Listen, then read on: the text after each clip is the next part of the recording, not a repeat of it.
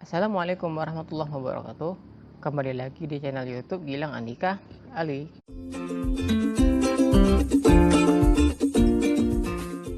Nah, baik teman-teman, pada kesempatan kali ini saya akan menceritakan sedikit tentang profil seorang Genghis Khan. Nama yang mungkin sudah tidak asing lagi di mata seorang yang suka sama sejarah. Dia adalah orang yang pertama kali membentuk suatu kekaisaran Mongolia. Orang yang pertama kali menyatukan antara suku-suku Mongol yang kala itu sedang berselisih, hingga seorang Genghis Khan ini menjadi salah satu orang yang paling berpengaruh bagi bangsa Mongol khususnya, dan bagi Islam juga ikut terpengaruh oleh orang yang bernama Genghis Khan ini. Seorang Genghis Khan ini dilahirkan pada tahun 1155 Masehi di dekat bantaran Sungai Onon di daerah Mongolia. Ayah Genghis Khan adalah bernama Yesuge, sedangkan ibunya bernama Yolun. Sebenarnya, ketika Genghis Khan ini masih kecil, nama asli dia adalah Temujin, nama salah satu panglima Tartar yang berhasil dikalahkan oleh ayahnya. Karena ketika Genghis Khan ini lahir, ayahnya yang bernama Yesuge ini sedang berperang melawan bangsa Tartar dan berhasil mengalahkan panglima besar yang bernama Temujin, sehingga ketika ia pulang, ia ingin mengabadikan kemenangan ini dengan menamakan anaknya ini dengan nama panglima yang berhasil dia kalahkan tadi, yaitu dengan nama Temujin, nama kecil asli Genghis Khan. Nah, sebelum lanjut, saya mengingatkan kepada teman-teman semua untuk subscribe, like, share, dan komen video ini. Semoga untuk kedepannya saya dapat menghasilkan video-video lain yang lebih bermanfaat dan lebih menghibur kepada teman-teman semuanya. Cerita berlanjut tak kalah usia Genghis Khan menginjak usia 9 tahun. Dia diajak oleh ayahnya, Yesuge tersebut, untuk berkunjung ke rumah salah satu pamannya. Akan tetapi, ketika dalam perjalanan pulang, ayahnya Genghis Khan yang bernama Yesuge ini meninggal dunia. Ada yang mengatakan ayahnya ini diracun oleh salah satu lawan politiknya saat itu. Kemudian, sejak meninggalnya sang ayah, Genghis Khan berserta ibu dan saudara-saudaranya, mereka harus berjuang untuk bertahan hidup di samping hidup yang susah, dan di samping lagi dengan hinaan dari orang-orang yang tidak menyukai keluarga mereka. Hingga pada satu hari, keluarga Genghis Khan ini memiliki sebuah kuda, beberapa kuda, yang dimana kuda mereka ini dicuri oleh beberapa orang. Genghis Khan pun bertekad ingin mengembalikan ataupun mengambil kembali kuda-kuda yang dicuri oleh orang lain. Dengan sikap keberanian, dengan sikap pantang menyerah, dan sikap keuletan dari Genghis Khan tadi, dia dapat berhasil mengambil kembali kuda-kudanya yang tadi dicuri oleh orang. Ketika dalam perjalanan mencari kuda yang tadi, dia bertemu dengan beberapa orang yang orang-orang tersebut merasa kagum dengan Genghis Khan, hingga bakat ataupun jiwa kepemimpinan dari Genghis Khan itu pun nampak dari peristiwa itu.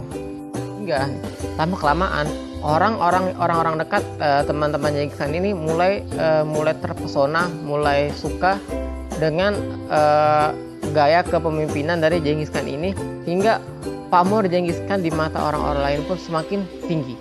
Ketika Temujin atau Genghis Khan ini melihat umurnya sudah semakin bertambah, dia pun mulai berpikir untuk mencari seorang istri, dan akhirnya dia pun menikahi putri salah satu kepala suku bernama suku Konkorat. Nama putri ini bernama Putri Worte, yang mana sebenarnya ketika ayahnya masih hidup, ayahnya ini dengan kepala suku ini pernah membuat suatu perjanjian atau kesepakatan ingin menikahkan Genghis Khan dengan si Worte ini. Hasil setelah menikah, ternyata pamor dan kehormatan Genghis Khan ini semakin bertambah.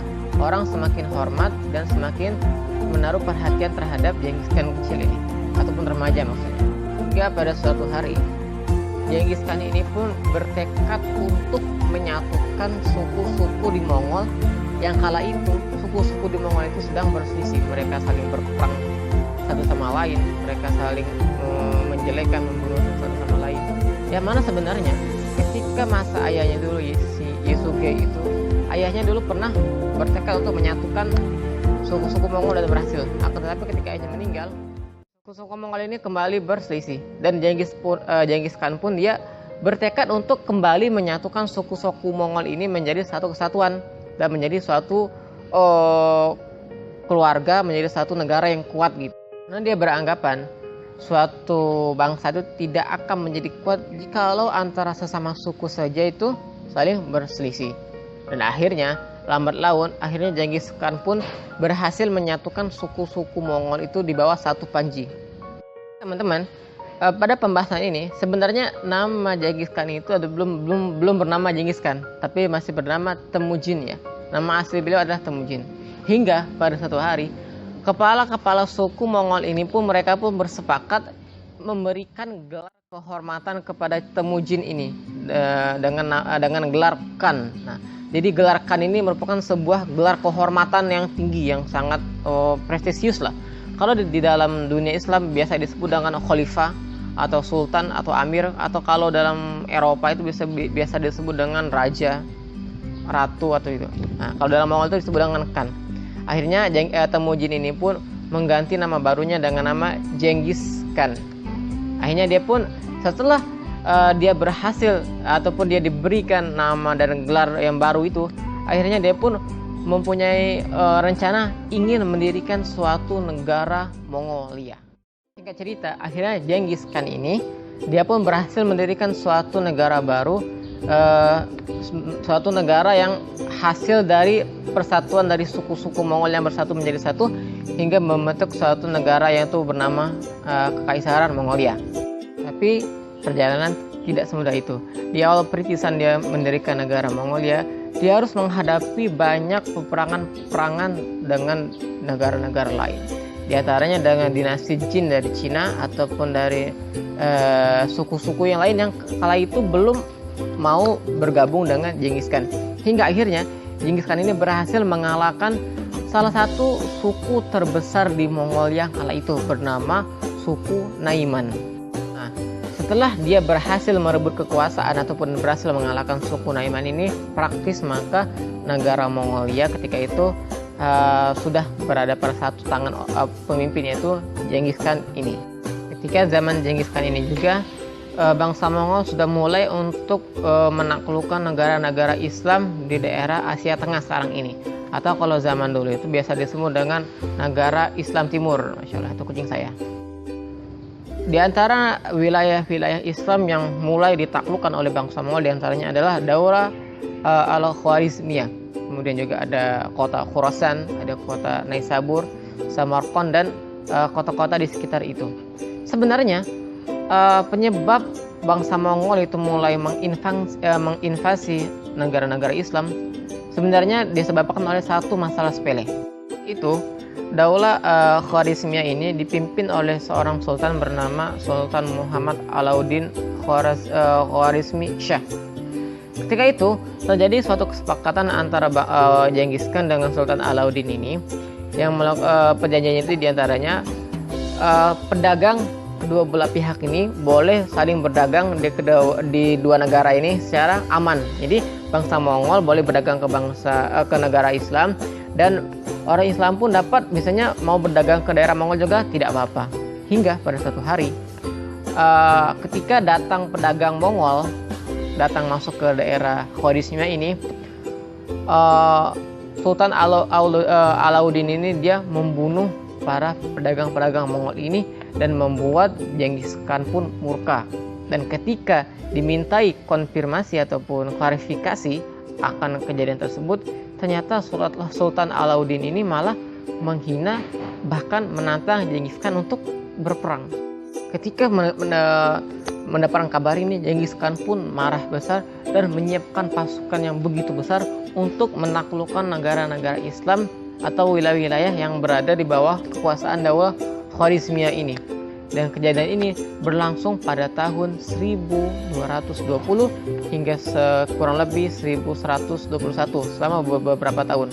Ketika itu hampir seluruh negeri-negeri Islam di bawah Daulah Khwarizmiyah ini diluluh lantakan, diratakan dengan tanah oleh bangsa Mongol. Hingga disebutkan dalam cerita, ketika bangsa Mongol ini menaklukkan suatu kota, suatu wilayah, hampir semua orang itu mereka bunuh, kecuali orang yang memiliki keterampilan yang mereka ambil dan mereka bawa ke negara mereka. Selainnya mereka bunuh semua. Itu adalah peristiwa penaklukan Islam pada zaman Genghis Khan. Adapun penaklukan Baghdad oleh bangsa Mongol itu bukan terjadi pada zaman Genghis Khan, akan tetapi pada zaman cucunya nanti. Nah, itu pada masih beberapa puluh tahun yang lagi. Nah, singkat cerita, wilayah kekuasaan Mongol di bawah Genghis Khan ini semakin luas, semakin tak tertandingi oleh negara-negara lain. Bahkan Eropa pun sudah istilahnya sudah angkat tangan lah dengan bangsa Mongol ini. Ketika suatu hari Genghis Khan ini ingat dengan salah satu negara sahabat mereka bernama suku Tangut. Awalnya mereka ini bersahabat, Mongol dan Tangut ini mereka bersahabat. Akan tetapi ketika Mongol ini ingin menyerang daulah Khawarizmiyah Islam, bangsa Tangut ini tidak mau menolong. Nah, maksudnya begitu.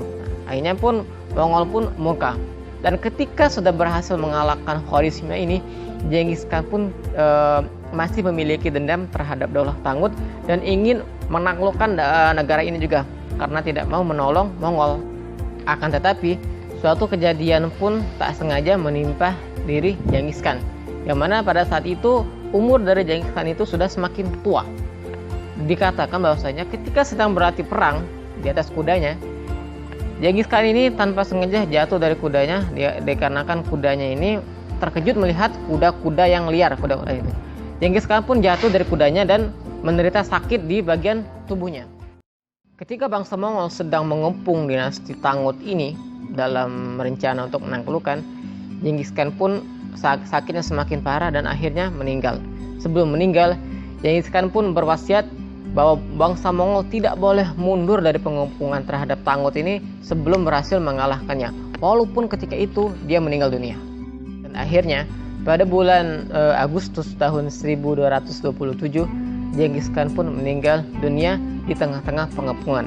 Kemudian jasadnya pun dibawa ke negeri Mongol dan dikuburkan. Akan tetapi bangsa Mongol ketika dia menguburkan seorang pemimpinnya, itu dirahasiakan hingga saat ini.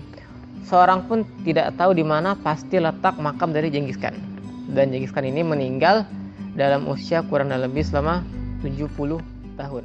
Baik teman-teman, sekian profil singkat dari Genghis Khan, seorang pendiri pertama Kekaisaran Mongol, orang yang tidak pernah mengalami kekalahan selama dia memimpin suatu peperangan. Jadi di dunia ini hanya ada dua panglima perang yang tidak pernah mengalami kekalahan, yaitu Genghis Khan dan yang kedua adalah Khalid bin Walid. Baik teman-teman, mungkin sekian cerita singkat sejarah yang dapat saya sampaikan tentang seorang Genghis Khan atau Temujin. Jika kalian suka dengan video saya, jangan lupa untuk subscribe, like, share, dan komen video saya. Dan semoga kita bertemu di video-video yang selanjutnya. Saya mohon maaf jika ada kesalahan. Wassalamualaikum warahmatullahi wabarakatuh.